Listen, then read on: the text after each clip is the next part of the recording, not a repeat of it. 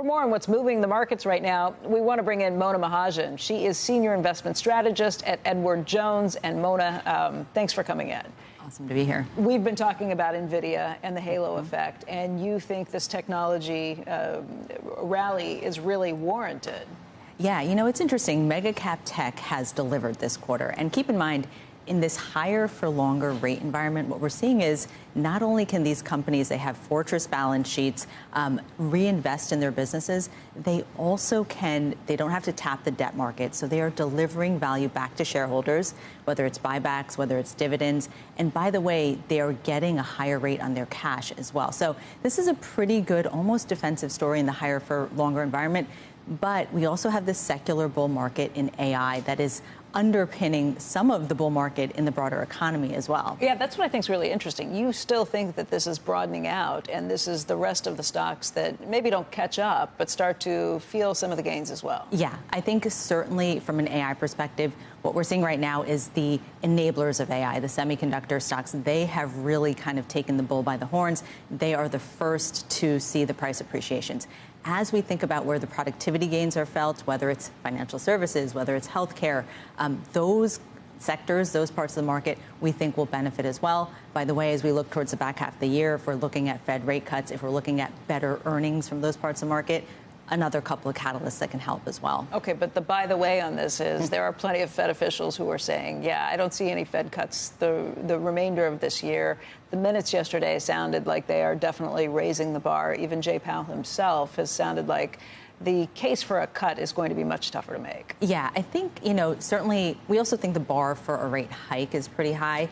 But since the May 1st meeting and since the Fed meetings came out, we've seen a slew of data points that actually have been, we think, supportive. So we certainly saw our first inflation print that came in on the better side. It was cooler than expected, or at least in line. But we also saw a labor market that looks like it was softening. Retail sales were below expectations. And we had a bunch of retail names, Target, Walmart, Starbucks, McDonald's, all kind of telling us that the consumer may be pulling back a bit. So this story of this Goldilocks cooling in the economy and inflation may be moderating, we think will be playing out in the back half of this year. Yeah, we did hear those notes struck by Christopher Waller of the Fed, essentially taking some comfort in some of these signs of slackening demand. But I guess I'm reminded of what people were saying late last year when they didn't believe the soft landing thesis, which was it always looks like a soft landing on the way to a downturn. When you're decelerating from strong growth to something not so great, I guess what would we look for to know if we're going to stop short of something troublesome? Yeah, it's a great call out because we think the Goldilocks scenario is still a base case, but probably one of the bigger tail risks now is, do we go more quickly into something deeper or more prolonged in the economy? And certainly what we're watching is, one, the labor market. So we have seen unemployment rates still 3.8, 3.9%, near multi-decade lows. But if you look at things like job openings moving lower, the quits rate moving lower, so those are leading indicators of the labor economy. They are pointing to softening ahead. When we look at the consumer, not only retail sales, we're of course looking at things like credit card debt levels elevated, some signs that delinquencies are picking up as well.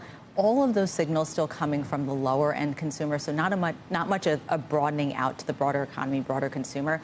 But we'd say more broadly is we haven't seen red flags yet. I think all of those are yellow flags, but we're watching those signals carefully. We are watching the unemployment rate to see if it ticks up much beyond 4%. We don't see that yet. So we continue to see this base case of a moderation to trend or maybe slightly below trend economic growth.